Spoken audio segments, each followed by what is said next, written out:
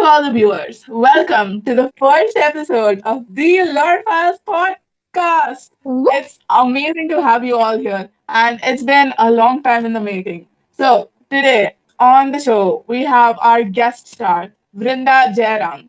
Now, she might be our age, but she's pretty accomplished. Brenda Jairam is a 16-year-old poet who has already published two books.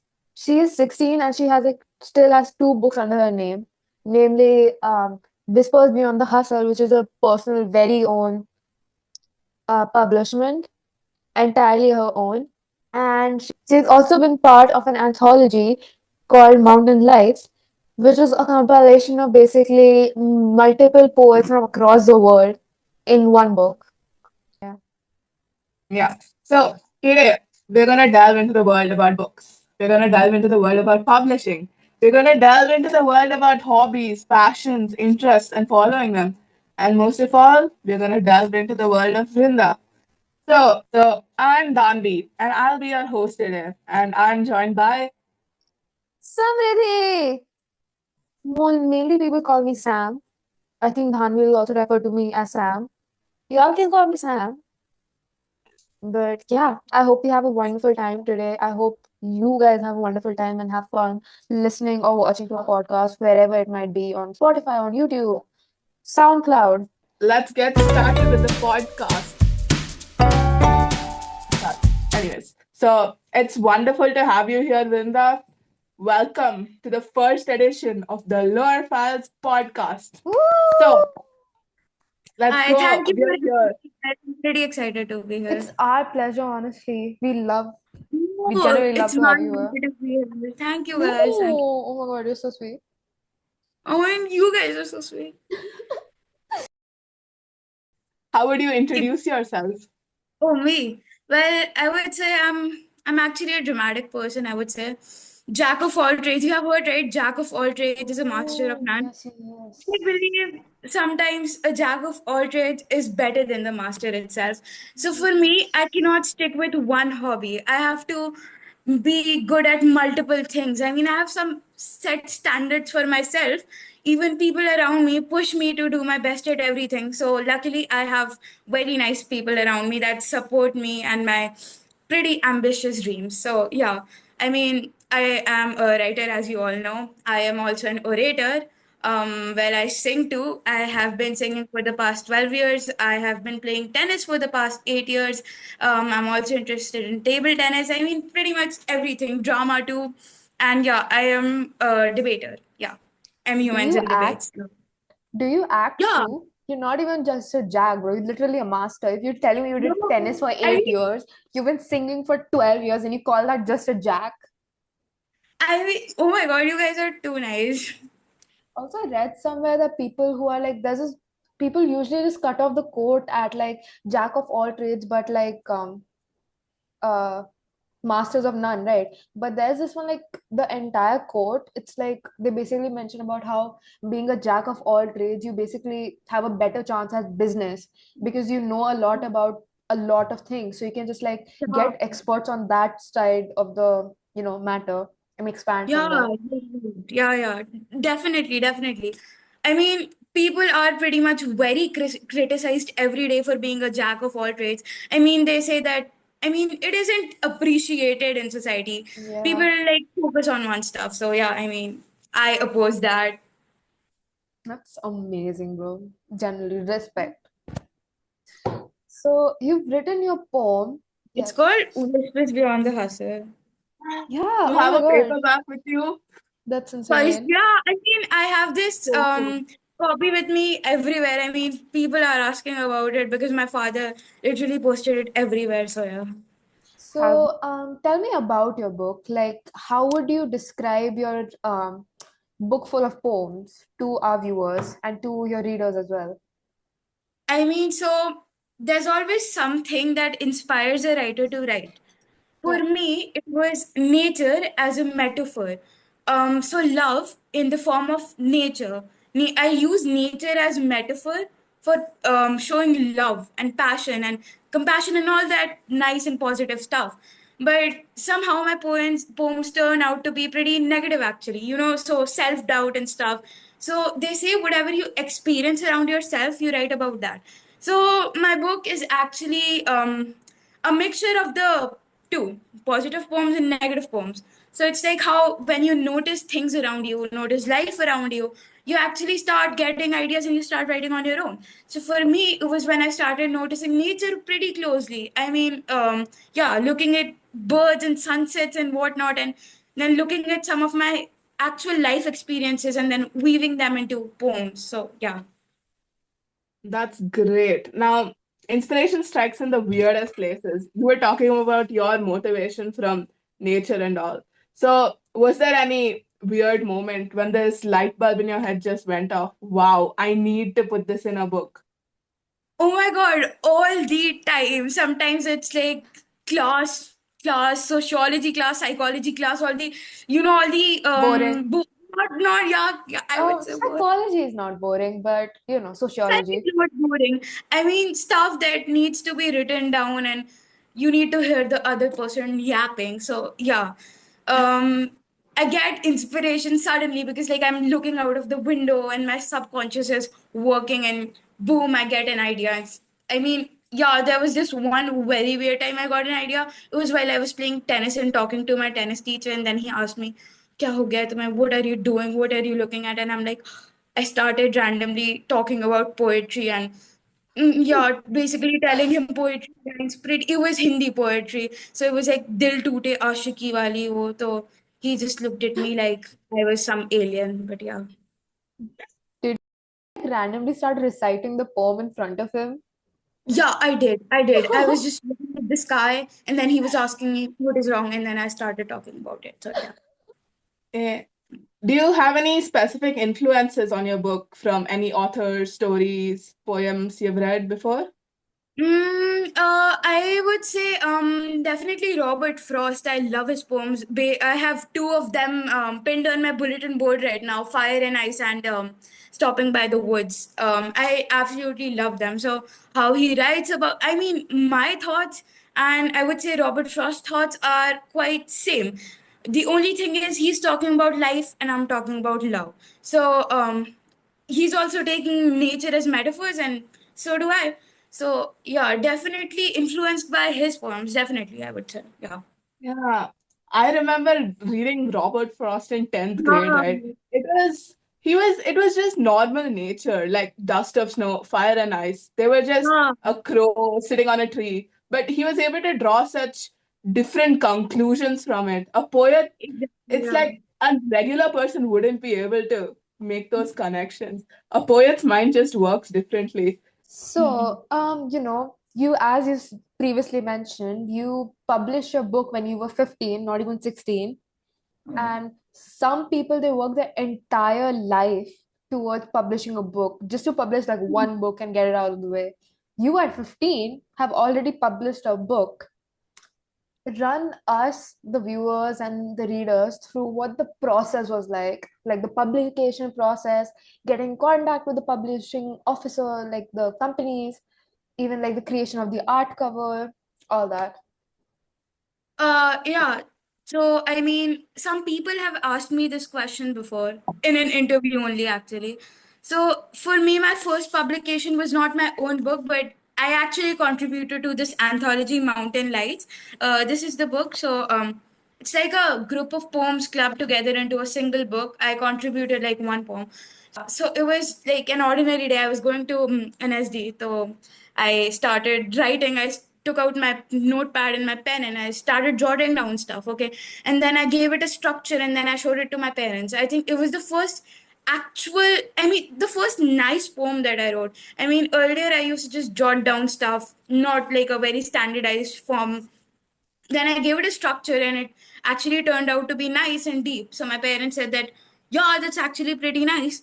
And it wasn't actually me who decided to publish it.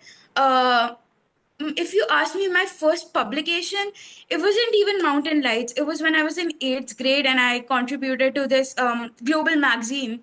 My dad's friend used to run that global magazine. So he said that, come on, Vinda, you should just like contribute to it. So, and I did. After eighth grade, I mean, I just stopped writing. I stopped writing and stuff. So my dad one day he comes up to me and says that maybe you should start publishing stuff. And then one day I was just scrolling through Insta and I came across this publication. It's called Writer's Pocket.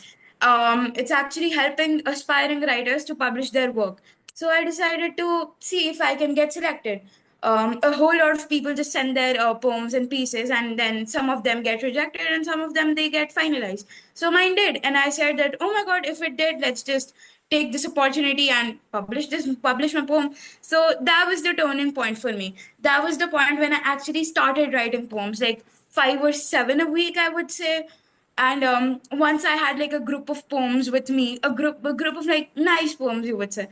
My dad saw that I had this little poetry notebook with me, a poetry collection, you would say. So he had this in my, I mean, I had this in my mind that deep down I need to publish something before, I need to become something before I mean, turn 18, because obviously I wanted to make an impact on people.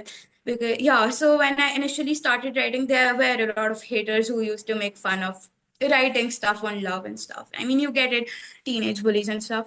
So, I mean, my dad, he just comes up to me and says, I heard you wanted to publish a book. And I said, yes. So he showed me this website. So my dad said that, you remember Writer's Pocket that you published with? This is a publication like that. Maybe you should try contacting the publication. And I did. So it was actually my father and my mother who encouraged me to publish it.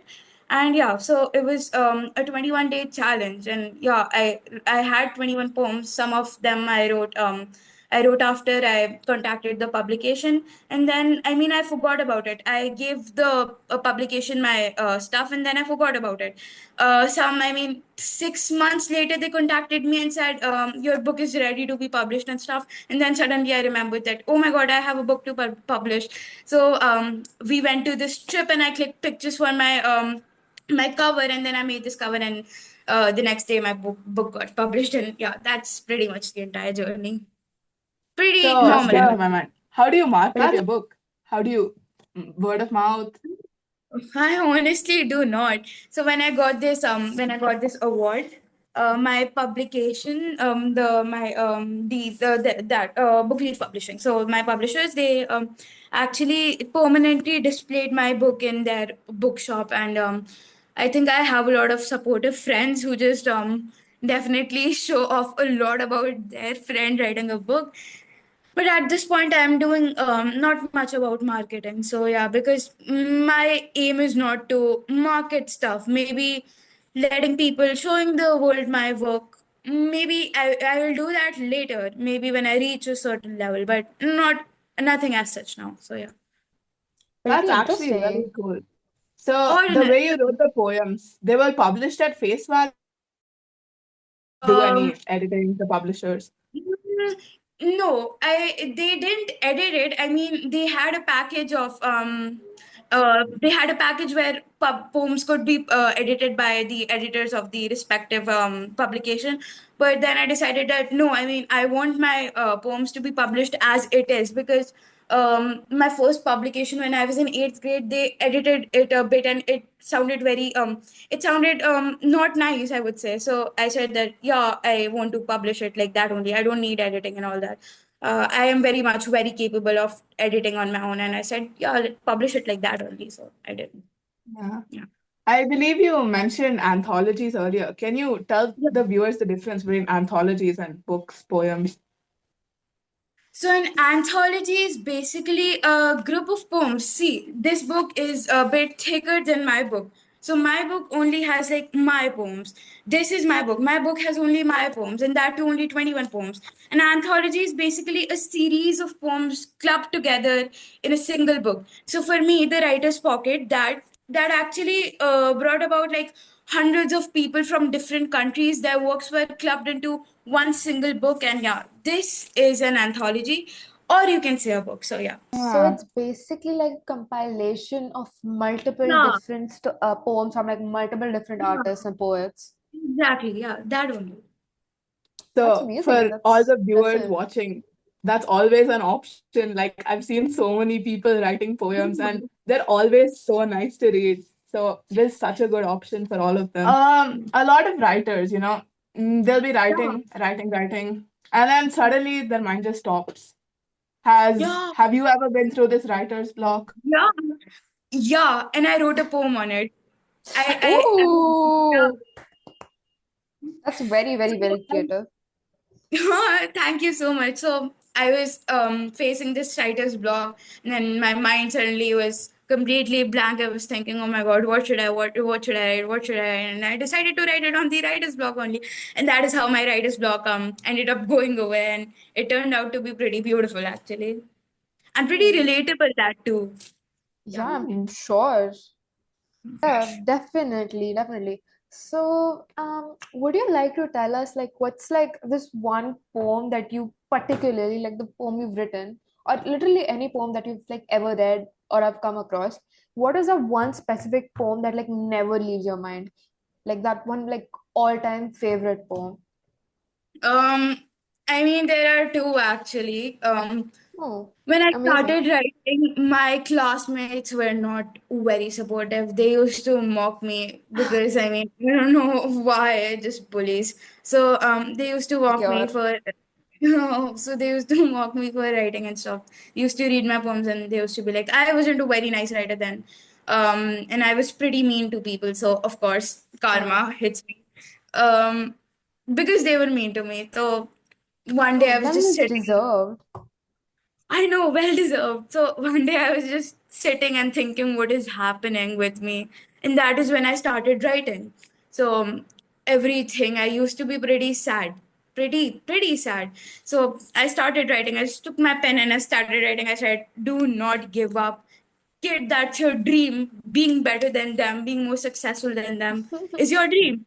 So I started writing and I said, oh my God, no, haters, you are my actual inspiration and I will write it down. So I started writing and then I just I just came across this pretty beautiful piece that I wrote. It's called Brave Heart of Mine. I mean, I honestly wasn't expecting it to turn into a poem, and it's actually one of the. I write very short poems. It's actually one of the longest poems I've written, and yeah, it's just always on the back of my mind. I mean, my science teacher, my science tutor, also, he once came and said that yeah, that is what I felt when certain college, certain institute did not let me in. I mean, my application was rejected, and then after that, my other teacher and my some of my friends, they said that this one's pretty relatable, Brinda. And I said, I know. I mean, I know it is pretty relatable and I like it.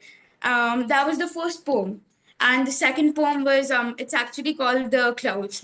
It's actually about when people leave you. I mean, there's a very special person in your life, maybe a friend, your significant other, and then suddenly they leave and then your life's meaningless. So I mean, if you have that much faith and that is how much important they are to you, and when they leave, you're basically empty, blank. And I mean, your other goals apart from a life with your best friend, your significant other, whatever, your soulmate, and your other dreams. So when you come across such a situation, you feel pretty empty and blank. When that happened to me, I started writing. I said that, I mean, enough is enough. I mean, I need to get out of this. So I started writing.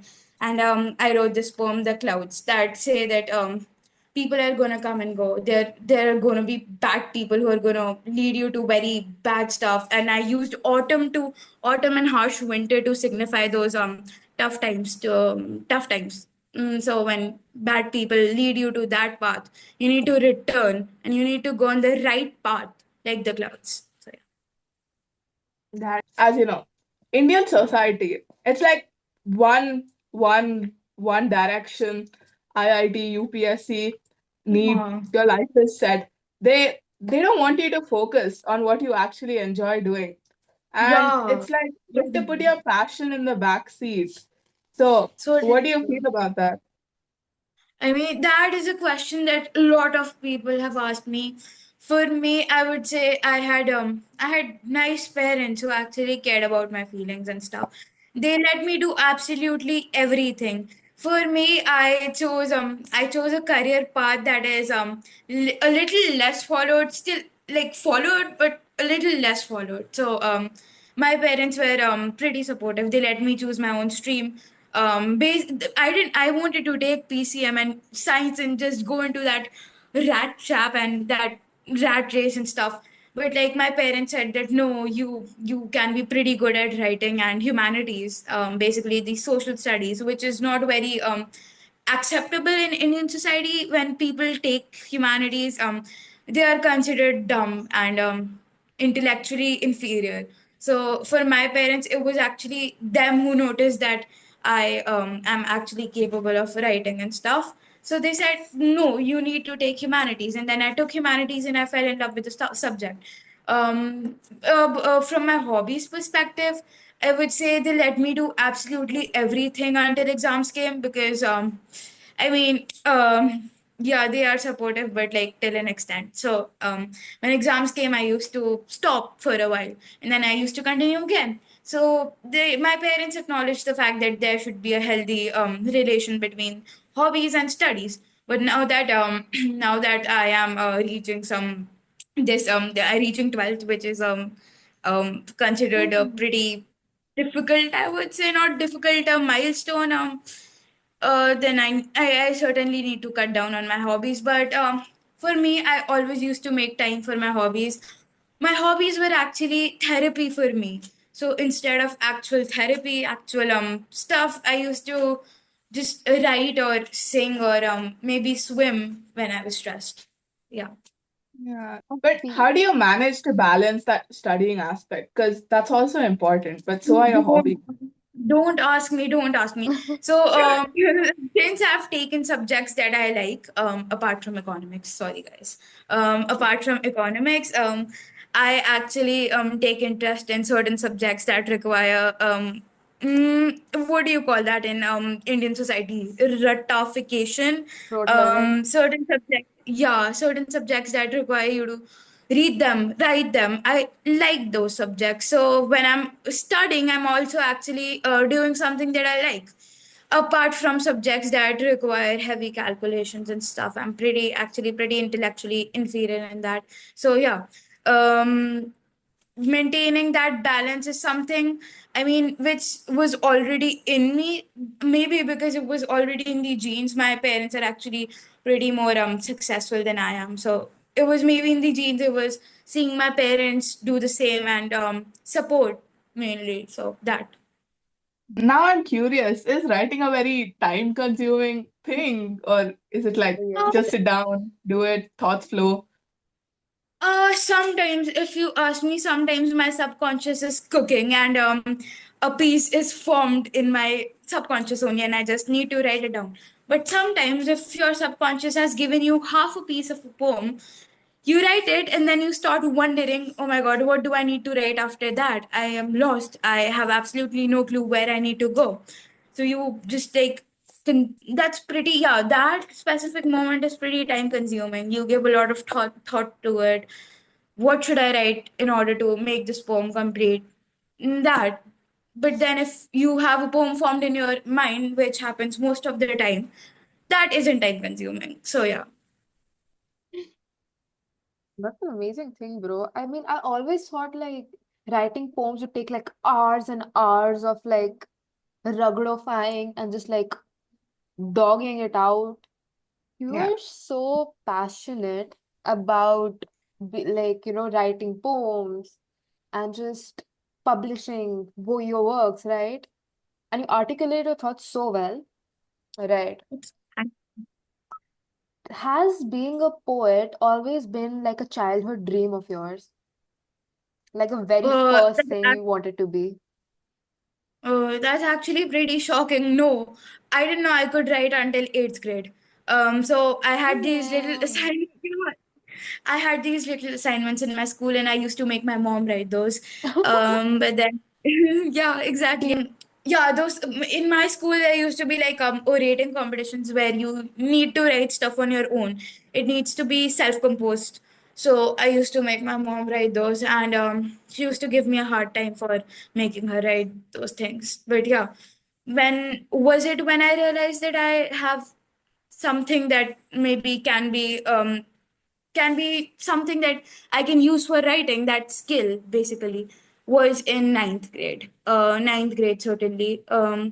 As I said, the first poem that I wrote that actually made sense. Brave Heart of Mine. The reason behind it, loss of a loved one, not loss, but like the going away of a loved one.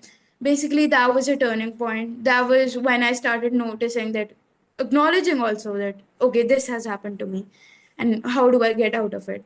So how part was solved by writing. So it started as a coping mechanism for you. Exactly, yeah. It started as a coping mechanism. Yes. That's honestly really cool though. But like, yeah. So now we have a lot of people, they're just afraid of doing what they really want to. So what advice would you give any writers or novices of similar ages who want to pursue something similar? Yeah, that is also a question a lot of people have asked me. For me, it was my loved ones who, it was definitely my loved ones who broke me out of that cage about how I should wonder and it shouldn't matter what others feel about me, what people who criticize my work, actually people who criticize my work are helping me by making me become a better writer in terms of my in terms of everything actually. So I would say if people are afraid of doing something they love, do not be. It's what you're meant for. It's your dream, dude. Come on, you should not care what others think about you, because one day you're gonna leave this world. Definitely, you're gonna leave this world. So you know this song, one day you're gonna leave this world behind. Just know Avicii, that, right? yeah, yeah. So just like, it doesn't really matter what others think. Just do what you love, because those people are not gonna matter after 10 years, 5 years, maybe 2 years, maybe. So yeah. Yeah, that's honestly amazing. So that reaches the end of this. And Vrinda, anything you'd like to add before? No, I'm really glad you guys, thank you so much. I do not have words. I'm honored to be here. I had a lovely time getting to know you guys, and also talking about my experiences is pretty nice actually. So yeah, thank you guys, and please follow the lore files. Follow Vrinda too, guys. Thank you Follow so Vrinda much. Jairam. Yeah, Her Oh, writer's honestly. account Vrinda, and her private. Yeah, can you shout out your books? Let's viewers buy the books Yeah, right scream now. it Okay. out, shout it out. Yes. yeah, guys, buy these books, guys. That's a threat, Definitely, you you should. guys. That's a threat. You guys Yes. are too So kind. If you buy one of these, you guys might be able to see, might be able to read a lot of people's work, around 100 people from around the world. So yeah, you should definitely buy this one. And if you guys are going through something like sadness, and if I simplify it, then yeah, buy Adolescence. this. If you're going Yeah, through adolescence, buy her book. yeah. I mean, you yeah. should definitely buy it, because my publication found it good, and they awarded me with this. So I think you should. Ooh. It's the Wow. 21st. Thank you guys. It's the 21st Century Emily Dickinson Award. I think Ooh. you guys should read it. I mean, it will help you cope up with your life problems too. So yeah. To our viewers, if you want to do something, go for it. Don't care about the haters. Don't think about what they will think. Just go with the flow. Take a leap of faith, and everything will fall into place. Yeah, this is That's me. I'm Danvi. This is me signing out. Sam, anything you'd like to say? generally like after all of this, I feel motivated to write a poem, bro. Like after this, I'm gonna get off this meeting and I'm gonna write a poem.